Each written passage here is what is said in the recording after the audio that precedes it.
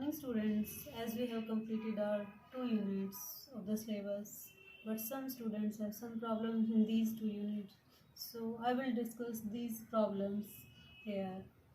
First problem is mechanics of system of particles. Earlier we have discussed the mechanics of a single particle, and mechanics of a single particle contains further different conservation laws like linear momentum conservation, angular momentum conservation, and kinetic energy or potential energy conservations. In this same way, we can study the mechanics of a system of particles. When we consider the system, means the number of particles is more than one. It may be either 2, 3, 4, and so on. It contains many number of particles. So, when we consider the system, there are two type of forces acts in the system.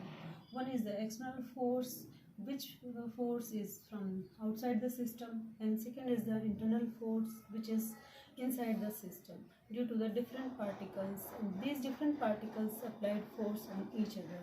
So we can write the equation of motion using the second law of Newton's. Let us consider ith particle from this n system of particles. N system means n is the number of particles here, and among these n particles we consider ith particle. So using the Newton's second law, we can write the equation of motion for this ith particle. What is the Newton's second law of motion? This is the rate of change of momentum is equal to force. Rate of change of momentum is equal to force. This is the Newton's second law. And here this force is equal to internal forces or external forces. Means this is a system which consists of ith particle and jth particle. Corresponding Ri is the position vector for the ith particle, and corresponding Rj is the position vector of the jth particle.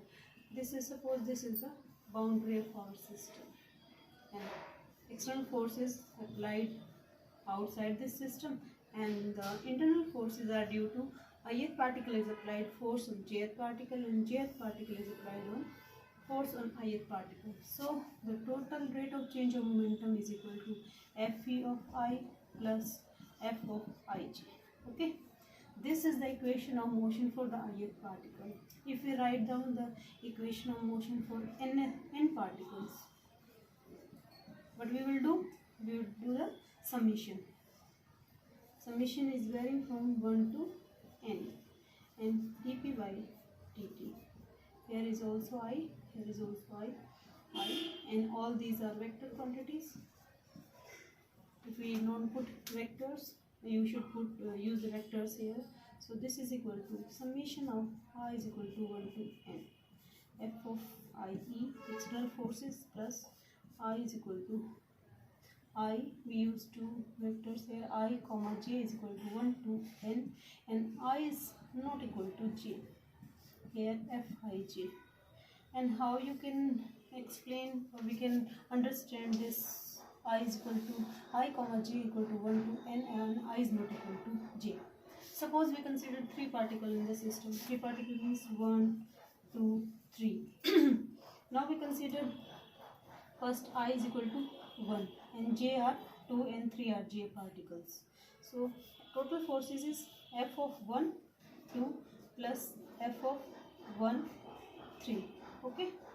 Next, if we consider I is equal to 2, then F of 2 and j particle are 1 and 3 plus F of 2, 3. Next is I is equal to 3. So F of 3 and remaining are 1 plus F of 3, 2.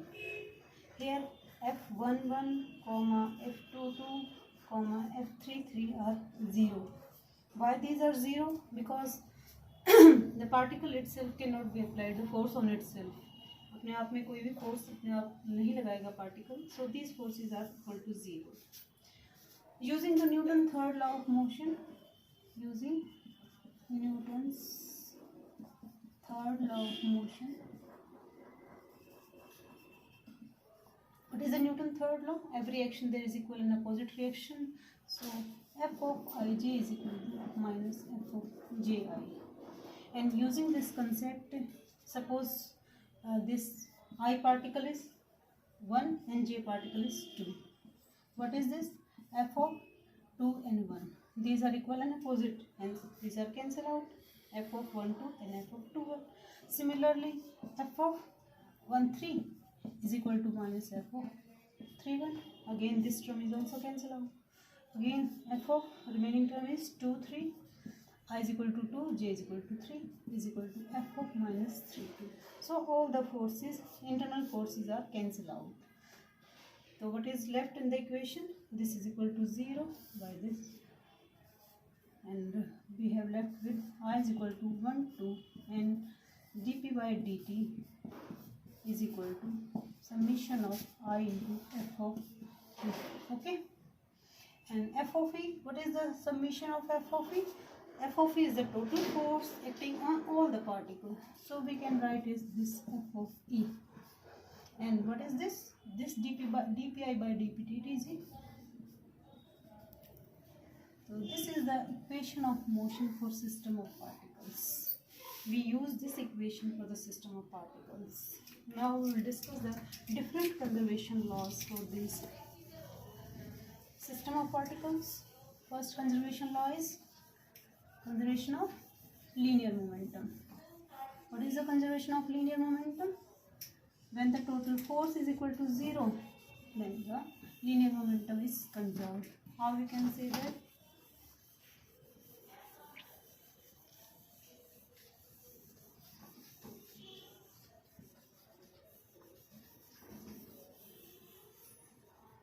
We get the equation of motion. The system of particle is here. What is pi dot is equal to f of e. First, conservation of linear momentum. Similarly, f of e is equal to 0. Then dpi by dt is equal to 0.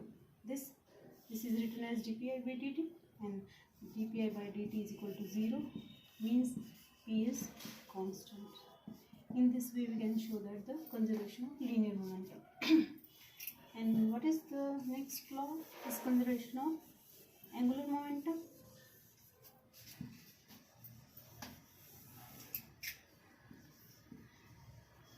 Angular momentum.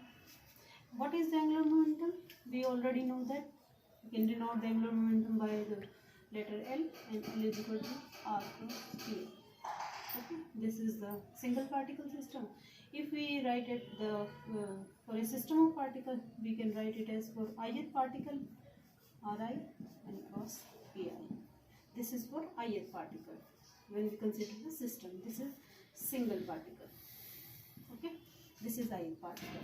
And what we will do for the system of particle, we can make the summation Li is equal to summation of Ri cross Pi.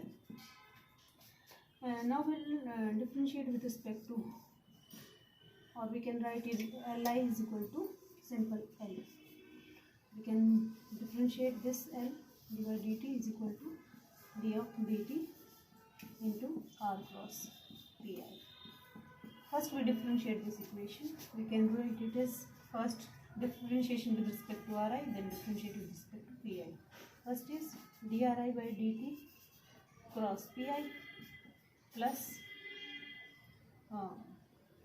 first here and then Ri cross dpi by dt. Okay. Then what is this dr by dt? Is the simple velocity. Velocity vi cross, and what is the value of pi? Pi is equal, we already know that, mi into vi, mi into vi plus Ri into dp by dt. Okay. Again, if mi is constant, this is the product of two vectors vi cross vi, and this is equal to 0. What is the remaining term? Ri into dpi by dt. Okay, this is the remaining term, and this is equal to dl by dt. And what is our equation? Our equation is dp by dt P I is equal to क्या था आपका, external forces plus internal forces total plus F of summation आपका रहेगा I is equal to 1 to n and I is equal to 1 to n I is equal to, आपको हर बार यही summation use करना है एफ ऑफ आई जे। तो आप इसकी जगह पी आई डॉट, ये आपका पी आई डॉट है, इसको simply cross p i dot ही है ये, तो आप you should put the value from the system of particle equation, ये आप पी आई डॉट की वैल्यू यहाँ पुट कर दो, आपका क्या आ जाएगा यहाँ पर r I cross f i external plus F of I j. Summation आपको हर टाइम यूज़ करना है, then we can f i into plus r I into F of I j, ठीक है। Summation I is equal to 1 to n. We get that these two terms. Again, this is your internal forces term, and here this again this term follow the Newton's third law of motion. Newton third law of motion से हम क्या लिख सकते हैं इसको,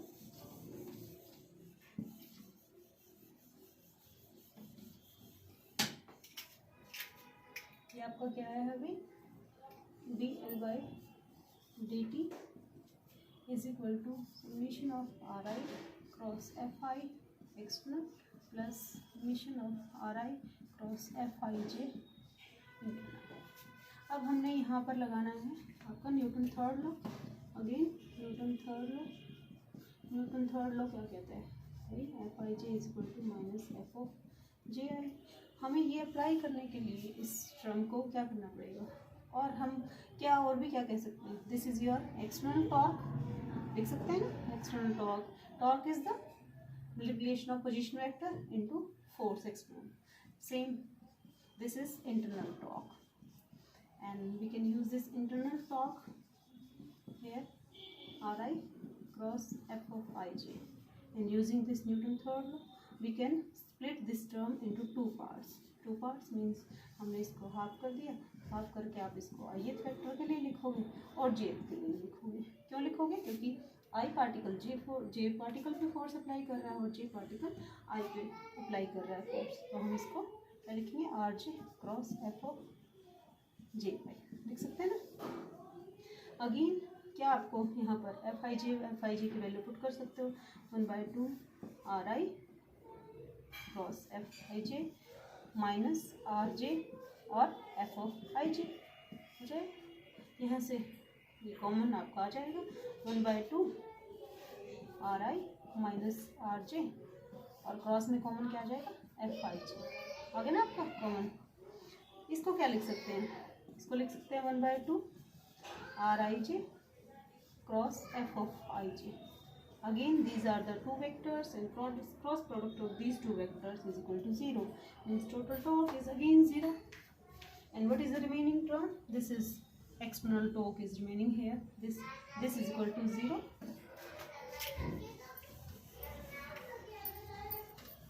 So if the total external torque is 0, but this total external torque is 0, then dl by dt is 0.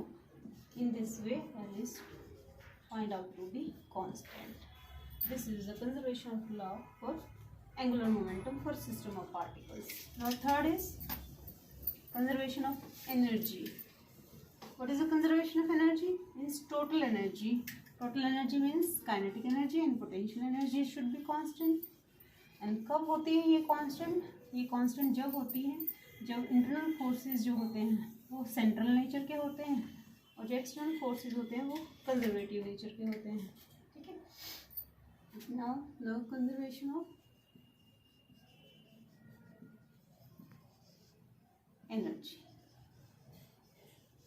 Conservation of energy means total kinetic energy plus potential energy is to be constant, this is the result. Again when we talk about the energy we should start from the work done, and what is the work done? Work done is again the force and displacement. So again Fi is the force on ith particle, and corresponding displacement is dri, this is the displacement. So what is the work done? Total work done is work done is equal to force into DRI. Simple. And we can explain this force. Force is equal to, force क्या होता है, force into acceleration. acceleration को आप ऐसे लिख सकते हैं into d of RI लिख सकते हो। और क्या चेंज कर सकते हैं इसमें, acceleration को आप क्या लिख सकते हो, और भी यहाँ पर हम v डॉट लिख सकते हैं ना into d of RI। आई साथ में रही गई क्योंकि ith पार्टिकल के लिए हम सिस्टम के लिए ड्राइव कर रहे हैं। तो आपके पास ये एक टर्म आ गई है mi into we I dot into DRI। पहले हम एक साइड को लेते हैं, इस साइड को ले रहे हैं, ठीक है। एक और हम DR को भी अगर चेंज करना चाहते हैं v में तो कैसे करेंगे, हमारा क्या होता है DRI upon dt is equal to v होता है ना। DRI is equal v into dt। We can put value of DRI into dt। यहाँ पर हम लिख देंगे इसको v इंटू dt, ठीक है। और ये आपका टोटल फोर्स है। तो what is the total force, total force is internal force और external force. External force plus internal force Ij into d of RI, ये तो कर लेंगे हम, ठीक है। अब हमारे पास हम इस टर्म को थोड़ा सा मॉडुलेट करते हैं। मॉडुलेट कैसे करते हैं कि हम इसको कैसे लिख सकते हैं, अगर सिंपल में कहूँ इसको हम लिख सकते हैं d by D T into 1/2 m into we I square into D T लिख सकते हैं ना। मैं एक बार फिर से आपको बता देती हूँ कैसे लिख सकते हैं। अगर मैं इसका डिफ्रेंशिएशन कर रही हूँ d by D T 1/2 into M V square, ये आपकी टर्म है, इसको डिफ्रेंशिएट करोगे तो क्या आ जाएगा आपका 1/2 है ही, और v को क्या करेंगे 2v इंटू वी डॉट, ये आ जाएगा आपका v का डिफ्रेंशिएशन। 2 से 2 कैंसिल, आ रही है वही टर्म, और साथ में dt तो है तो सेम आ रही है, तो हम इसको एज इट इज ऐसे लिख सकते हैं, या dt को भी आप कैंसिल करना चाहो कर दो। तो आपका सिर्फ differentiation of d of 1/2 mv square आ गया, ये आपकी काइनेटिक एनर्जी है। सेकेंड टर्म हम सॉल्व कर रहे हैं। सेकेंड टर्म आप यहाँ से करेंगे f of external into D of RI plus f of IJ into D of IJ। अब मैंने कब कहा कि जब भी एनर्जी कंजर्वेशन की बात करते हैं तो जो फोर्सेस हैं इंटरनल फोर्सेस उनको हम स्केलर फंक्शन की फॉर्म में ड्राइव कर सकते हैं। कैसे ड्राइव कर सकते हैं स्केलर फंक्शन की फॉर्म में, f is equal to minus gradient of v, ये होता है, and v is a potential energy और पोटेंशियल फंक्शन है, so force can be drive in the form of potential function. अब अगर इसको हम लिख रहे हैं तो इस टर्म को हम फिर से 2 में डिवाइड करते हैं according to Newton third law, divide कर लेते हैं इसको। पहले हम वही मैं यहाँ पर लिखना चाहूँगी। First term as it is है आपकी F E external into D of RI, ठीक है। और सेकेंड टर्म को हमने 1/2 into F of IJ into D of I, और सेकेंड क्या हो जाएगी F of JI into D of RJ, हो गया ना।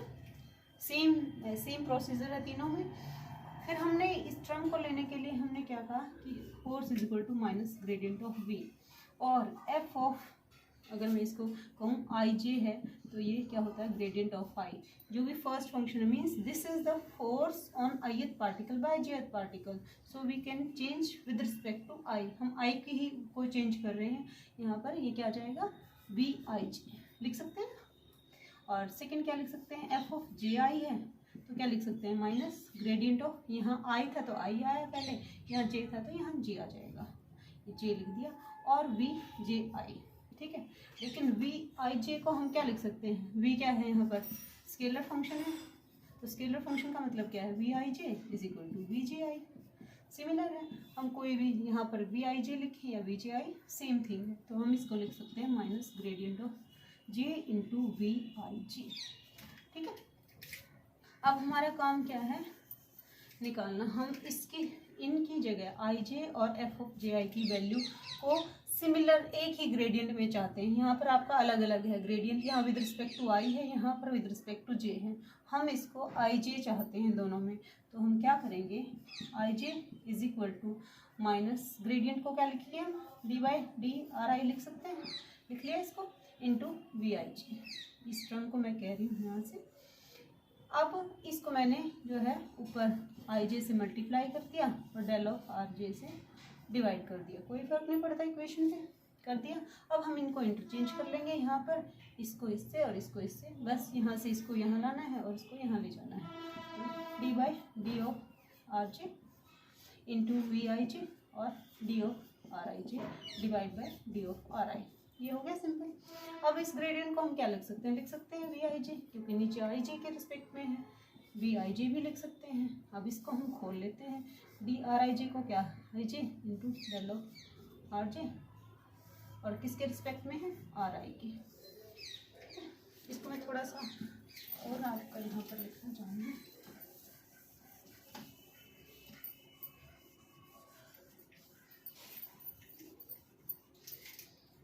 हाँ, तो अब इसको अगर मैंने इसके साथ में यहाँ पर अलग अलग से भी लिख सकते हैं, इसको यहाँ इसको अलग अलग लिख लो, इसके साथ ही आई आ गया, इसके साथ भी आर आई। ठीक है। अब अगर सिमिलर है, ऊपर भी आर आई है नीचे भी आर आई है, तो ये क्या हो जाएगा, 1 आ जाएगा यहाँ पर, और इसका क्या आ जाएगा, with respect to different variable है तो 0 आ जाएगा। तो आपका f of I j is equal to क्या आ गया, minus gradient of I J into we I j. एक फैक्टर तो ये निकल गया आ गया आपका। हमने ग्रेडियंट को आई जे की फॉर्म में कन्वर्ट करना था, तो this is the gradient in the form of I j. Second term is f of j i. इसको कैसे करेंगे, इसको कैसे करेंगे हम, gradient of j into v j i. ठीक है, वी जे आई है, आई जे आप लिख सकते हो, दोनों लिख सकते हो, because it is a scalar function. Similarly जैसे उसको किया ऐसे इसको करेंगे। पहले हम खोलेंगे इसको, R J into we I J, उसी तरीके से del of are I J से डिवाइड करेंगे, मल्टीप्लाई करेंगे, इंटरचेंज कर देंगे, del of are I J into we I J into del of I J by D of are J. Similarly क्या लिख सकते हैं, ग्रेडियंट लिख सकते हैं इस वेक्टर को, minus gradient of I J into we I j, और यहाँ से फिर से इसको खोल के आप लिखो आर आई जे को खोल लिया आपने, i minus del of are j, और नीचे क्या है, डेल ऑफ आर जे, इसके भी नीचे क्या है, डेल ऑफ आर जे। ठीक है। अब क्या होगा, ये आई जे, आई ऊपर है नीचे जे है, तो ये 0 हो गया, और ये नीचे 1 आ गया, तो मल्टीप्लाई आ गया आपका। यहाँ पर माइनस यहाँ था, माइनस यहाँ था, ये आ गया i J into we I j, f of j i. एक टर्म ये आ गई आपकी, एक टर्म आ गई। ठीक है, दोनों में क्या है, सिमिलर चीज़ें आ गई, लेकिन माइनस साइन है, तो हम माइनस साइन को इसमें, फिर हमारे पास ये इक्वेशन थी जो external force plus internal force वाली थी, इन दोनों में हम इस इक्वेशन को रखेंगे, रख देते हैं एक बार, इन दोनों वैल्यूज़ को मैं रख यहाँ छोड़ देती हूँ मैं सभी।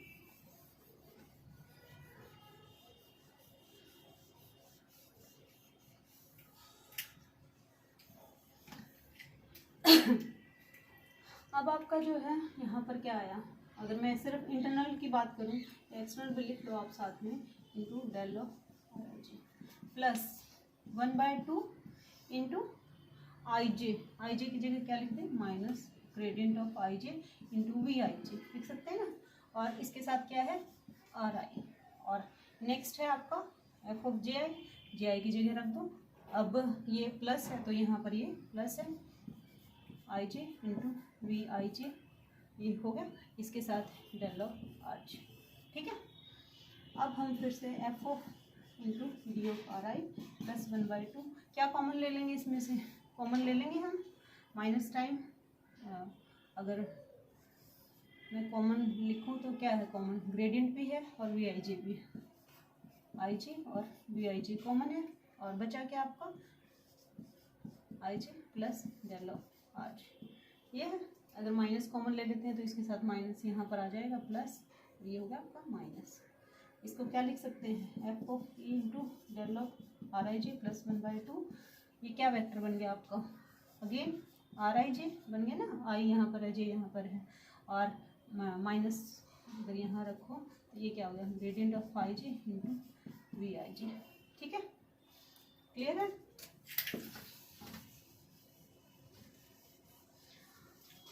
अब हमने क्या देखना है इसमें से, फोर्सेस को एक्सप्लेन, अभी जैसे इंटरनल फोर्सेस को ड्राइव किया वैसे ही हम एक्सटर्नल फोर्सेस को भी लिख सकते हैं, i into we I into del of are i लिख सकते हैं। इसमें माइनस साथ में है, इंटू ग्रेडियंट पहले ले लो, i J into we I J into del of are I j, ठीक है, सब में है। अब हमारे पास लेफ्ट हैंड साइड में जो इक्वेशन हमने ली थी उसमें क्या लिखा था, into 1/2 into m i into we i का स्क्वायर लिखा था ना। अब मैं अगर इस इक्वेशन को डिफरेंशिएट करती हूँ, डिफरेंशिएट करने से पहले क्या ग्रेडियंट की वैल्यू लिख लो आप, क्या है D R I into we I into D of are I minus 1/2 D by D of are I J into we I J into del of are I J, cancel out हो जाएंगे, ये इससे, यहाँ भी D है, यहाँ भी D है, यहाँ भी डी है, तीनों में डी है। अब हमने क्या करना है, अगर हम इस डिफरेंशिएशन को ख़त्म करना चाहते हैं तो इंटीग्रेशन कर देंगे। इंटीग्रेशन से आपका क्या हो जाएगा, डी कैंसिल हो जाएगा, इसका भी डी कैंसिल हो जाएगा, इसका भी डी कैंसिल हो जाएगा और एक कांस्टेंट प्लस में कांस्टेंट आ जाएगा, ठीक है। अब हम क्या करें, ये आपकी क्या है 1/2 m i v i kinetic energy है, और ये क्या है इधर माइनस साइन है, total minus v i plus 1/2 v i g, ये क्या आपकी पोटेंशियल एनर्जी है, और रिमेनिंग क्या है कांस्टेंट है, ठीक है। In this way we can show that total energies find out to be constant for a system of particles. I think all the students will understand this conservation law for the system of particles. Thank you.